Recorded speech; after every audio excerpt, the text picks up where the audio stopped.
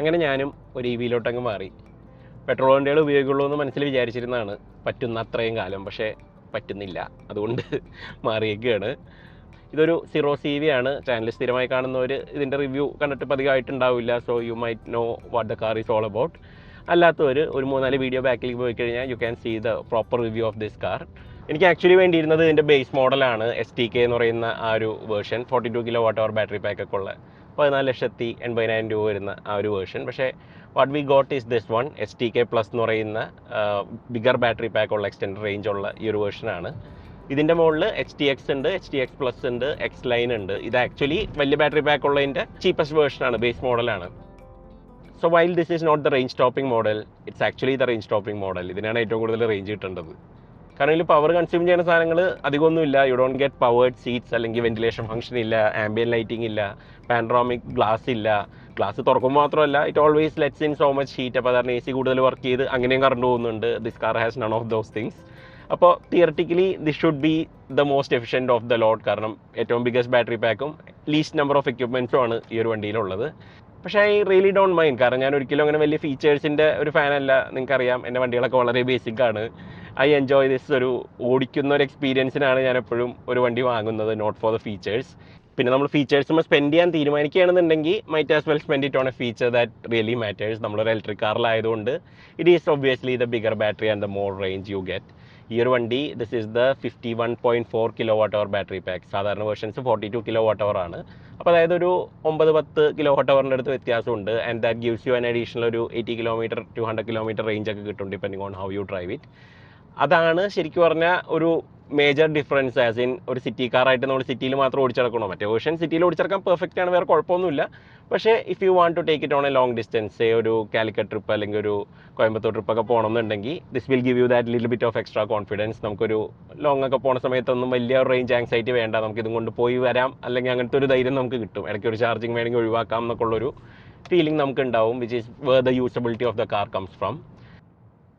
വേറൊരു കാര്യമുള്ളത്, bigger battery pack ഉള്ളപ്പോൾ നമ്മൾ അതിൻ്റെ ചാർജിങ്ങും അത്രയും കുറവ് മതി. ഒരു 25% എക്സ്ട്രാ കൂടുതൽ ഓടുന്നതുകൊണ്ട് you will be charging it much lesser. അതുവഴി നമ്മുടെ സൈക്കിൾ കൗണ്ട്സ് കുറയാനും അത് ഹെൽപ്ഫുൾ ആയിരിക്കും എന്നുള്ളതാണ് ഞാൻ അസ്യൂം ചെയ്യുന്നത്. So this will probably have around ഒരു 20-25% മറ്റേ സൈക്കിൾസ് കുറവായിരിക്കും.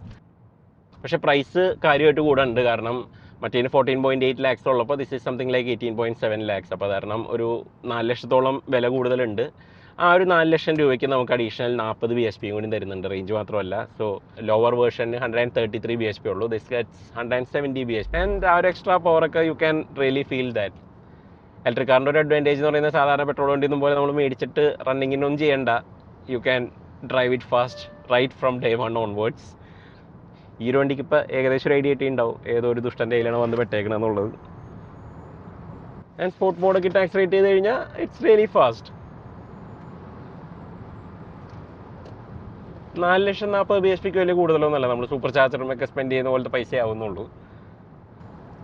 പണ്ടൊക്കെ ഇത്രയും പെർഫോമൻസ് എന്ന് പറഞ്ഞാൽ ഒരു ഹോട്ട് ഹാച്ചിൻ്റെ പെർഫോമൻസ് ആണ്. And in a sub 4 meter car കുറച്ച് ടോപ്പ് ഹെവിയാണ്, പക്ഷേ grip levels are good. Steering is also really nice. നമുക്ക് ആ ഒരു നന്ദി ഹിൽസിലൊക്കെ ഓടിച്ച സമയത്തൊക്കെ I really like this car. Is it faster than a Porsche 911? അതാണ് നമ്മൾ നോക്കുന്നത്. Now here we have a Porsche 911 with us. അത് നമ്മൾ സ്പീഡ് ഉണ്ടോ എന്നുള്ളത് നമുക്ക് നോക്കാം. Is it fast? It is fast.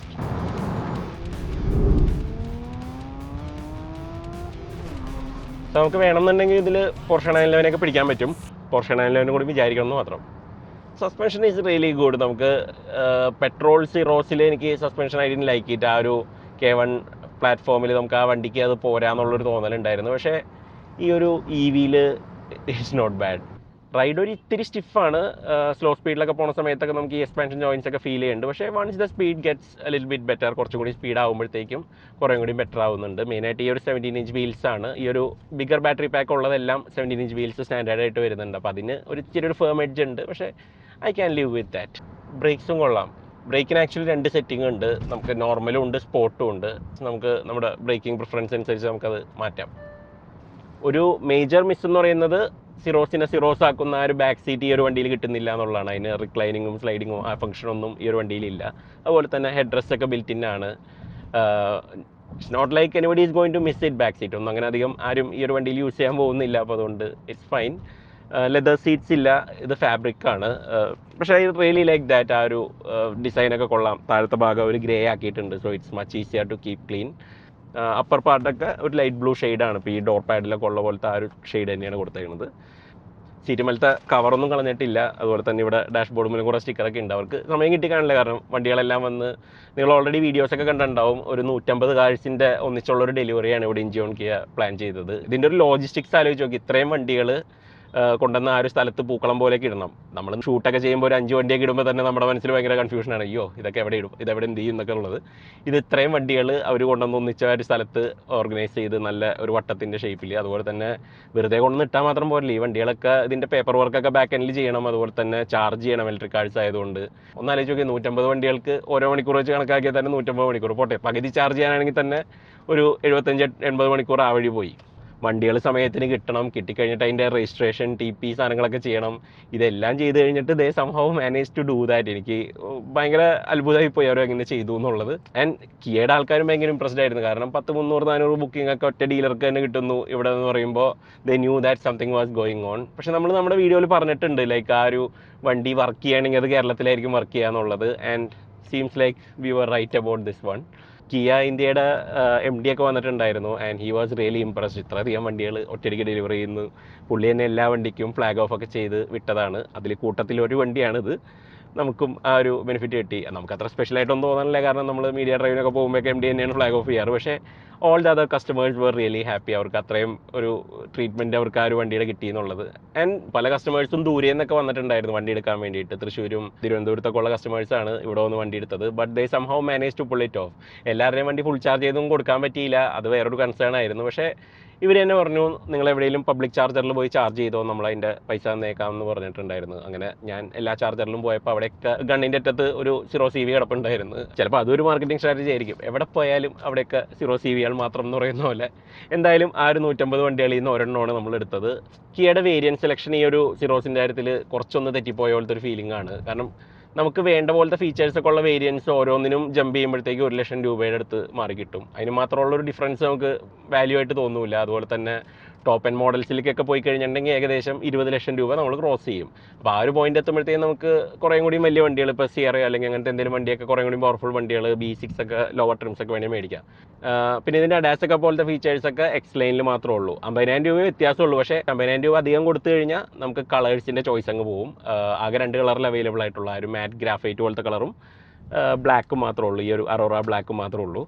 സാധാരണ ബേസ് മോഡൽ എടുക്കുമ്പോഴാണ് നമുക്ക് കളറിൻ്റെ ചോയ്സ് ഇല്ലാണ്ട് വരിക. പക്ഷേ ഇത് ടോപ്പ് എൻഡ് എടുക്കുന്നവർക്കാണ് കളർ ചോയ്സ് ഇല്ലാത്തത്. ബ്ലാക്ക് അല്ലെങ്കിൽ മാറ്റ് ഗ്രേ എന്നുള്ള പോലത്തെ ഒരു കളറിൽ ലിമിറ്റ് ചെയ്യും. And your interiors are all that. ആ ഒരു ഗ്രീനും ബ്ലാക്കും കോമ്പിനേഷനാണ് നമുക്ക് വരിക. അപ്പോൾ അത് കുറേ പേർക്കൊക്കെ കുറച്ച് പോളറൈസിങ് ആണ് ആ ഒരു വണ്ടി. Kia could have done better. അവർക്ക് കുറച്ചും കൂടി നല്ല വേരിയൻസ് ഒക്കെ ആഡ് ചെയ്യാം, അല്ലെങ്കിൽ ലോവർ ട്രിംസിലൊക്കെ തന്നെ കുറേ കൂടി ഫീച്ചേഴ്സ് ഒക്കെ ആഡ് ചെയ്യാവുന്നതാണ്. They have somehow not done that. ഇനി എന്തുകൊണ്ട് നമ്മൾ ഒരു EV വാങ്ങിച്ചു എന്നുള്ള ക്വസ്റ്റ്യനാണ് ആൻസർ ചെയ്യാൻ പോകുന്നത്. ഇവിടെയും വില്ലൻ E20 ആണ്. എൻ്റെ പഴയ വണ്ടികളൊക്കെ പതുക്കെ ഒരു സൈഡിൽ നിന്ന് കൊന്നുകൊണ്ടിരിക്കുകയാണ്. നമ്മൾ എത്രയെന്ന് വെച്ചിട്ട് 100 ഒക്ടേനൊക്കെ മേടിച്ച് 160 രൂപയ്ക്ക് അടിക്കും. ഒരു ഫുൾ ടാങ്ക് ഒക്കെ അടിക്കുന്ന സമയത്ത് ഒരു 5,000-10,000 ഒക്കെയാണ് നമ്മൾ ഓരോ തവണ സ്പെൻഡ് ചെയ്യണത്. അപ്പോൾ ആ ഒരു വിഷമം ഭയങ്കരമായിട്ടുണ്ട്. വല്ലപ്പോഴും ലോങ് ട്രിപ്പൊക്കെ പോകുമ്പോൾ കുഴപ്പമില്ല, പിന്നെ എന്തെങ്കിലും ആവട്ടെ എന്ന് വിചാരിക്കുക. പക്ഷേ അതൊക്കെ ഡെയിലി ഓടിക്കുന്ന സമയത്ത് സിറ്റിയുടെ അകത്ത് കിടന്ന ആ ഒരു ഫ്യൂവൽ ബേൺ ചെയ്ത് കളയുമ്പോൾ നമുക്ക് ഭയങ്കര ഒരു വിഷമം. അപ്പോൾ അതുകൊണ്ട് ഒരു EV മസ്റ്റാണ് ആ വണ്ടികളെ സേവ് ചെയ്യാൻ വേണ്ടിയിട്ട്. കഴിഞ്ഞ കുറേ നാളായിട്ട് ഞാനൊരു അയോണിക്കാണ് ഉപയോഗിക്കുന്നത്. പക്ഷേ അതിപ്പോൾ റിട്ടേൺ ചെയ്യാനുള്ള സമയമുണ്ട്. അത് ഫ്ലീറ്റിൽ നിന്ന് ഡീകമ്മീഷൻ ചെയ്യാൻ സമയമായി. ഹ്യുണ്ടായ് മിക്കവാറും അത് തിരിച്ച് ചോദിക്കും ഇപ്പോൾ അടുത്ത് തന്നെ. അപ്പോൾ അത് പോണ സമയത്ത് we need something like this. അതിൻ്റെ റീപ്ലേസ്മെൻ്റ് ആയിട്ടാണ് ഞാൻ ഈ ഒരു വണ്ടി കാണുന്നത്. ശരിക്കും എന്തൊരു സ്പൈൻലെസ് ജനറേഷനാണ് നമ്മളെന്നാണ് ഞാൻ ആലോചിക്കണം. നമുക്ക് നേരിടുന്ന ഓരോ പ്രശ്നത്തിനും നമ്മൾ എന്തെങ്കിലും ഒരു സൊല്യൂഷൻ കണ്ടുപിടിക്കും. ഇപ്പോൾ ഇൻ്റർനെറ്റ് മീംസൊക്കെ പോലെ വെള്ളത്തിന് ക്വാളിറ്റി കുറവാണെങ്കിൽ നമ്മൾ വാട്ടർ പ്യൂരിഫയർ വയ്ക്കും, എയറിന് ക്വാളിറ്റി കുറവാണെങ്കിൽ നമ്മൾ എയർ പ്യൂരിഫയർ വയ്ക്കും, വീട്ടിൽ കറണ്ട് കൊണ്ടുപോയി നമ്മൾ ഇൻവെർട്ടർ വയ്ക്കും. ഗവൺമെൻറ് ചെയ്ത് തരേണ്ട ബേസിക് കാര്യങ്ങൾ തരാണ്ടിരിക്കുമ്പോൾ നമ്മൾ അപ്പുറത്ത് അതിനുള്ള സൊല്യൂഷൻ നമ്മൾ തന്നെ കണ്ടുപിടിച്ച് we just move on with life. ഇപ്പോൾ ഇതും അതുപോലെയാണ്. E20 പ്രശ്നം ഉള്ളതുകൊണ്ട് ഞാനിപ്പോൾ ഒരു EV വാങ്ങിച്ചു എന്നുള്ളതാണ് സത്യം.